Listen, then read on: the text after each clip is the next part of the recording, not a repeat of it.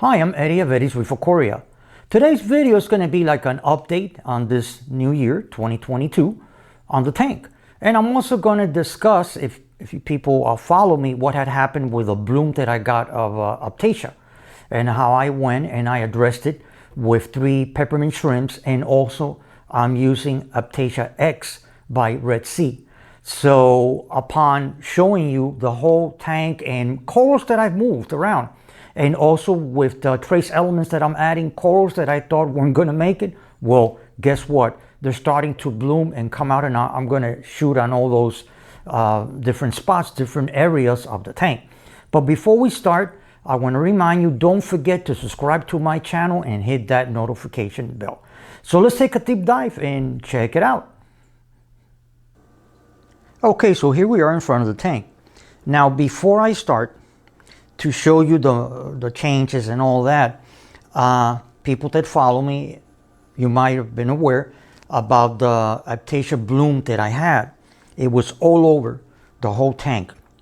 And I went ahead and I started to address it with 3 peppermint shrimps, and I also started to use it in combination with Aiptasia X from Red Sea. So this is just a recap of the previous video. So like I mentioned on the previous video, what I'm doing and what everybody does is try to decrease the amount of Aiptasia. As I said on the video, not to eliminate. I did not use the word eliminate because you always are going to have Aiptasia in little holes, little crevices in the rocks. Once one slips over you, you don't catch it, and then they start to produce. So that being said, when I start now to show you the changes and the growth and all that, you are going to see that there's still Aiptasia, but not as much as before. So what I'm doing is, like I said, I have the 3 peppermint shrimps, and then at the same token, every week when I do my maintenance, like on Saturday or Sunday, I go ahead and I target more and more Aiptasia. So the population of Aiptasia will start to dissipate and dissipate and dissipate more. So now when I start to talk about these corals, you are going to see, hey, wait a minute, Eddie, but you said, you know, you're going to get rid of Aiptasia and all that. I mean, to lower the population, but I still see them. Yes, you are going to see now some Aiptasia, but not as populated as before. So let's get started. Okay, right here, I'm showing all of you the right upper quadrant of the tank. And if you notice, this coral right there, okay, that was on the substrate. So what happened is, I went ahead and I was cleaning the sand a couple of weeks ago. And when I did that, I said, wait a minute, let me move it up here so I clear everything on the sand to, you know, clean it. And I said, hey, wait a minute, hold on, it looks fantastic. So that's one coral that I went ahead and I moved it from the substrate. I put it there and it's doing fantastic, it's doing great. And then behind it, a little towards the right, the Japanese two-stole with all the trace elements I'm applying, you know, replenished from Brightwell Aquatics and all that. Look at it, it's doing fantastic. And then on the top, the other leather that if you follow me, you'll notice that previously I would say that this leather here, this one right there, okay, it would be like elongated, but the head wouldn't be that big. Well, I don't know if it's got to do with the trace elements, but now it has lowered itself and the head has expanded. So that's doing great. And then going down, and of course the Sinularia, well, it keeps growing and growing. It changes configurations during the day. And then sometimes when the lights go down, it will start to shrink. Now down here, let me show you something. Okay, if you notice, that's the Monty cap. I had not had luck with Monty caps. People that follow me will know that I keep mentioning, this is one of my favorite corals.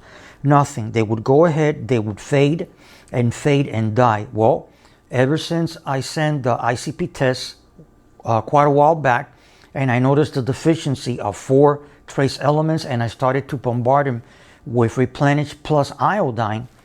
This Monty Red Cap, I got it on Black Friday, and look, it's doing great. It's starting to expand, so everything's going as planned. It's doing great. So let me hold the camera. I'm going to put it on hold, and I'm going to show you another section. Okay, now moving towards the middle, back there, that soft coral is doing fantastic. They love iodine. I'm feeding iodine once a week. And then down here, the Palithoas, you know, it's being hit by the Cineraria. Also, I noticed it's creating another head, and the colors came back because of, I guess, the deficiency of the 4 trace elements that were missing. And now, since they've been replenished, it's doing great. And then down here, this is the lower left quadrant. I managed to put the camera on these 3 lower quadrant corals. The Lobo, that's an oldie goldie. That's way back. It was 2 pieces. It split way back. And then, a matter of fact, this one, it was okay. It was these 2 and the one in the back, but it actually split. And then you had this little one that also split. The Recordia Yumas, they're doing fine. I've noticed that they changed their characteristics when I started to introduce the trace elements, the Replenish. They look like a little different. And then on this side, the pipe organ or organ pipe coral, man, that sucker grows and grows and grows and grows. And then over here, the lower right quadrant, then you have the Photoricordia. It had split. On my previous videos, you'll notice that it had split, but then the little head actually ended up somewhere. It detached, and I don't know where the heck it ended up. But now this head, this mushroom, it has the characteristics also of splitting. If you see here, right here, like if it's cascading to the sides, I still do not see a second mouth.